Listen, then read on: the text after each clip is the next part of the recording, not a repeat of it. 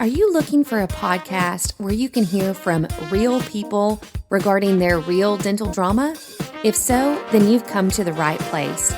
Join hosts Bethany Petty and Dr. Rena Kuba as we dive into the solutions we've created and the mistakes we've made while managing dental drama. Let's get started. Happy Memorial Day, everybody. I hope you are enjoying a wonderful day off to rest, relax, and of course, reflect on all that we have to be thankful for. Speaking of all that we have to be thankful for, I am coming off of a few amazing days at the AAPD conference. I met so many amazing people and had such a fun time. I was lucky enough to have my oldest daughter with me who helped to get the word out about the podcast and the subscription. And it was just so fun to be there. And I had so many great conversations. And as I sat and watched that exhibit hall floor, I thought of this subject for today because a conference can be overwhelming in so many ways. In good ways. You're meeting new people, you're interacting with representatives and teachers and trainers that you've never met before. You might be hearing some repeated ideas that you already knew, but you were reminded of, or you might be hearing brand new ideas, and it can be overwhelming. But a conference or a CE course is such an investment of not only money, but time and energy that you want to make sure that when you come back from a conference, you are doing your very best to get a good return on that investment of time and money. So I wanted to talk about the subject matter today so that those of you that I was able to meet at the AAPD conference, hopefully this will help you to really just focus in, just rein it all in, focus, and make some very practical steps. And for those of you that were not at the AAPD conference and are our regular listeners, this is the season of seminars and conferences and CE. Spring through fall are kind of the big months for all of those. So if you've got a conference or a seminar on your schedule, I hope these tips will help you as well. So I want you guys to take a minute and get ready to focus because I'm going to ask you to do something that's very simple and yet is going to take a little bit of your time. I know you're just coming off of a conference, or for those of you who have conferences scheduled in the future, when you come home, you want to just kind of get back to normal life and move forward. But I'm going to ask you to invest just a little bit more time to make sure that you really get a return on your investment. So schedule some time today, this week. You probably need a couple hours to do this activity, and I think it's going to be very, very helpful for you.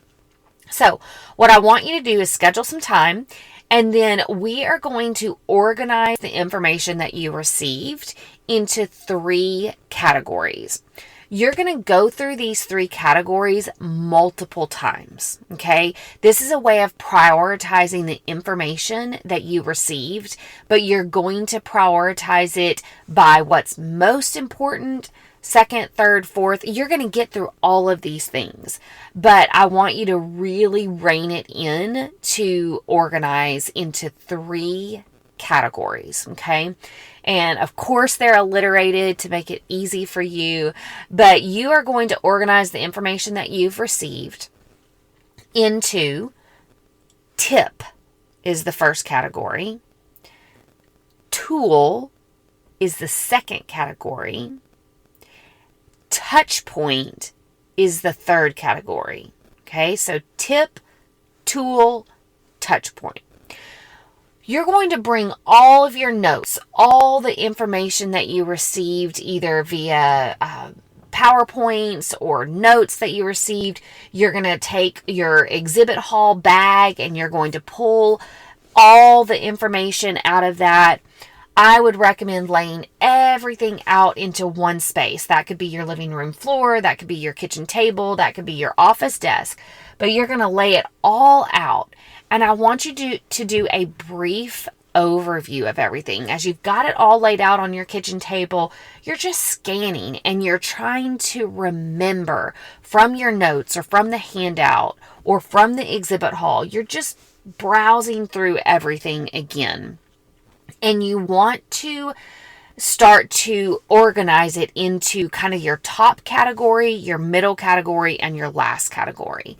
So when you do your first sweep through, you may be looking at notes that you took from your seminar, from one of the classes that you were in, and you are scanning back over your notes or scanning back over that handout. You need to have a highlighter in hand, and you're just highlighting in a certain color the things that really stood out to you.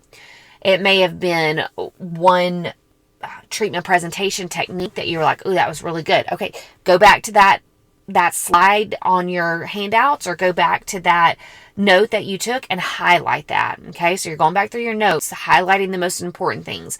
You're going through the stuff from your exhibit hall and you're pulling out the flyers or the name of the company that you knew you were interested in, and you're organizing that into a pile. Honestly, I would take the tangible piles of things and put it into your most important category. Okay. The notes that you have there, the most important category should be highlighted in a certain color. So maybe that's blue. Maybe that's your favorite color. You're like, okay, these are my most important notes. So organize your notes with highlight and organize the things from the exhibit hall into a top priority pile. Then you're going to go back through and you're going to do the same thing into your second most important pile. Okay, so maybe you've got an orange highlighter this time. You're going back through your notes, you're highlighting things that were still important, but maybe not as important as the first things you highlighted. And you're highlighting those in orange. And then you're going back through all of your exhibit hall things and all the samples that you got, and you're prioritizing those into a second category, your medium priority category. Then you're going to go back through one last time. You're going to do this 3 times. And maybe you take a yellow highlighter this time and you're highlighting the third most important things from your notes or from your handouts from the classes. You're highlighting those in yellow. You're going through your exhibit hall items and you're putting those into a pile. You're literally taking the cards and putting those into a pile for your third category. Now, at this point, you have a high priority pile or highlight, you have a medium priority pile or highlight, and you have a low priority pile or highlight. Everything at this point should be organized into one of 3 piles or one of 3 highlights. Okay? What we're going to do is we're going to take that third category and we're going to act like it never existed. It's low priority. Chances are we're never going to get to those things. So you can take your yellow highlights and you can completely ignore them. You can take your pile from the exhibit hall that was third priority, the lowest priority. You can gather all that stuff up and throw it away. And then we are going to do our hard work in those top 2 categories, okay? Starting with your top category. That was the blue highlight and your first priority from the exhibit hall. You're going to go back through these items and you're going to arrange them into those 3 categories: a tip, a tool, and a touch point. Let's talk about those 3. A tip is some kind of information that you gained, some kind of technique that you might want to try in your practice. That could be something clinically that just captured your attention and you're like, ooh, I really want to try that technique. Maybe you went all in and bought a laser at the conference and you're like, okay, that's obviously my top priority. That is a tip that I really want to incorporate into the practice. So let me figure out now how I'm going to do that. Maybe it's not something huge like that. It could be that you were in a insurance class and you learned a narrative that works really well and you want to try that narrative in your next batch of claims. Okay, then prioritize that. It's some type of practical technique that you want to now apply into your practice or onto your team. Okay, so that's tip. The second thing is a tool. A tool, and one of the great things about not only the exhibit hall, but even the seminars that you sit in, sometimes they are promoting a particular fluoride varnish or prophy paste or prophy angle, or maybe it's a website design. That can be a tool that's in your hands now to utilize. It could be that you saw I heard about a remote business team business that you were interested in and you've had trouble staffing, and so that's a tool that you could really use in your practice. So the tool is something tangible, some kind of need that you know you have, or maybe you didn't even know that you had until you heard that seminar or entered that exhibit hall, or as you were sitting and having lunch with a random stranger, you learned about something that they use that you think would be very helpful. So tool is your second category. Touch point is your third category. Touch point is somebody at the conference that you met. Maybe it was a speaker that you heard and you were able to ask him or her some questions afterwards, and it was a great touch point. And you want to foster that relationship, or even just thank them for the information that they provided in their class. Maybe it was somebody that you met randomly in one of your classes and they were a really great resource of information and you were able to collect their contact information. Maybe it was somebody in the exhibit hall that you met that was a wealth of information, or you had a great conversation but didn't get to finish it. So a person, a touch point is related to a person. So tip is some kind of practical implementation. A tool is a tool, something that you want to bring into your practice, whether it's technology, an actual piece of equipment, or some type of service product out there.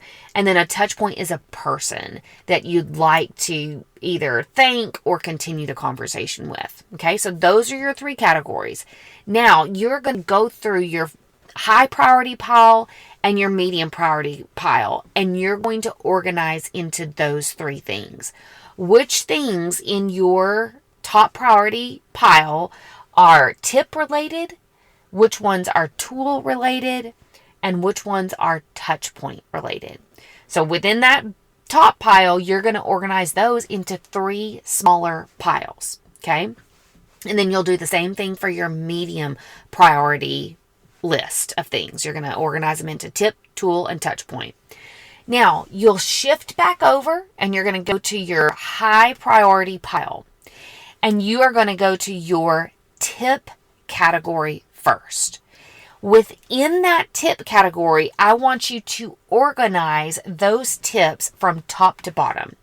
What if you could only pick one tip that you would take away from that high priority tip pile? What would it be? What's the second most important thing, third most important thing, etc.? Okay, so within your high priority pile, you're now looking at your tip pile and you're organizing those from 1 to 50. I don't care how many you have, you're going to organize them top to bottom. You're going to do the same thing with the tool category. You're going to organize those from the most important tool to the least important tool. And then same thing with your touch point. All of these do not have to have the same amount in them. You might have 6 tips, you might have 2 tools, and you might have 4 touch points, and that's totally okay. Or you might have 19 tips and 4 tools and 2 touch points, and that's okay. So these don't have to be even. You're just organizing them into what's most important.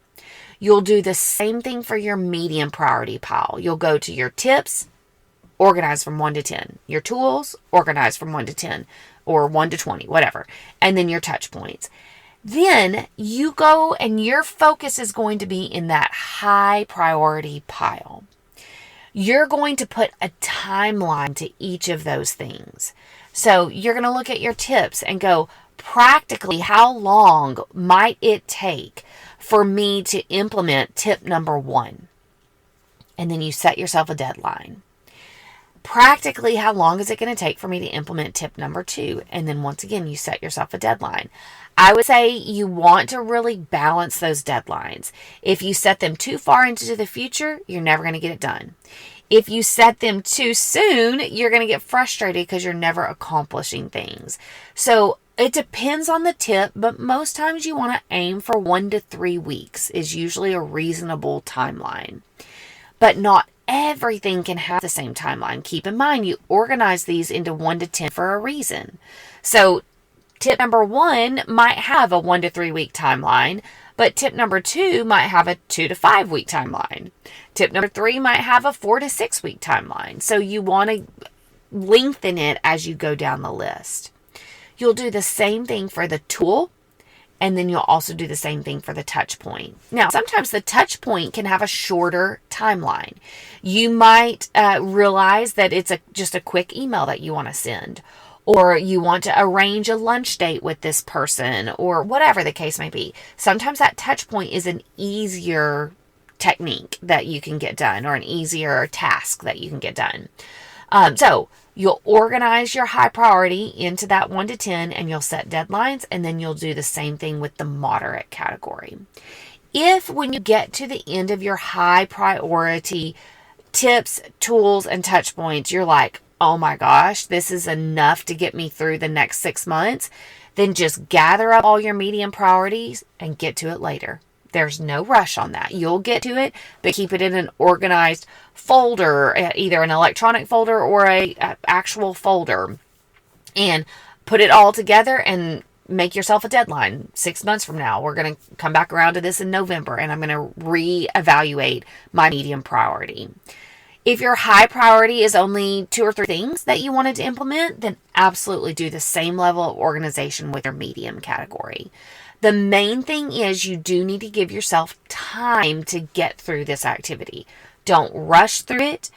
Going back and looking at all the information that you absorbed over these last few days is critical to retaining that information. If you just drop back into busy life and don't go back and really reflect and think through things, you're going to lose a lot of what you learned during these few days. So it is highly important that you give yourself the time to do this organizational activity. Okay. So for those of you at the AAPD, hopefully these will be some good organizational tips to kind of get through. For those of you that went to the TAPD, or you've got some other conferences coming up this summer, go ahead and plan your time. When you come back from the conference, you're like, okay, I get back from the conference on Saturday. I'm going to plan from noon to 2 on Sunday to go through and organize. Or I'm going to give myself a few days, and on Wednesday, I'm going to extend my lunch and I'm going to organize it all then. You can encourage your team members. This is not just for doctors and providers. This is for everybody that attended the conference. In fact, it's almost more important, team members, for you guys to do this because your doctor or your practice invested in you. So make sure that you're really bringing back some great information. Okay. Now, I do want to talk to our guests that met us at the AAPD. We have a fantastic AAPD special that is still going on through the end of this week. So it's Memorial Day today. On Saturday is when this offer expires. So this is for anybody that we met at the AAPD conference. And fun fact for our listeners, we can't tell if you were at the AAPD conference or not. So you can get on this opportunity as well. And you can thank the AAPD for giving you the chance to have this opportunity. But we had a conference special that we talked about with so many of you that we met with, which is our level 2 subscription. We have a buy one, get one free. So you can buy 1 month and get the second month completely free. So in order to take advantage of that opportunity, whether you were at the AAPD or not, I would encourage you to go and subscribe to level 2 through Patreon. Go to our show notes today. You'll be able to click straight through to Patreon, and you'll want to look at the various membership options and select level 2 or the Practice Pro.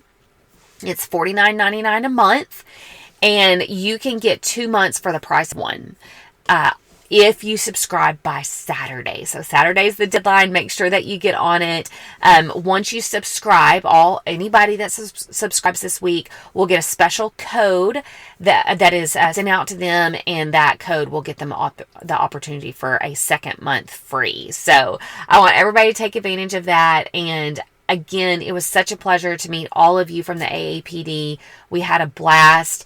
I am just thrilled with so many conversations that I had and so many amazing people that I had the opportunity to meet. So thank you, AAPD, for giving me the opportunity to meet you guys. And thank you, listeners, for, again, your constant support. It's just so nice to meet so many of you in person. It was just phenomenal. Y'all have a great rest of your Memorial Day and a wonderful week. And don't forget to subscribe.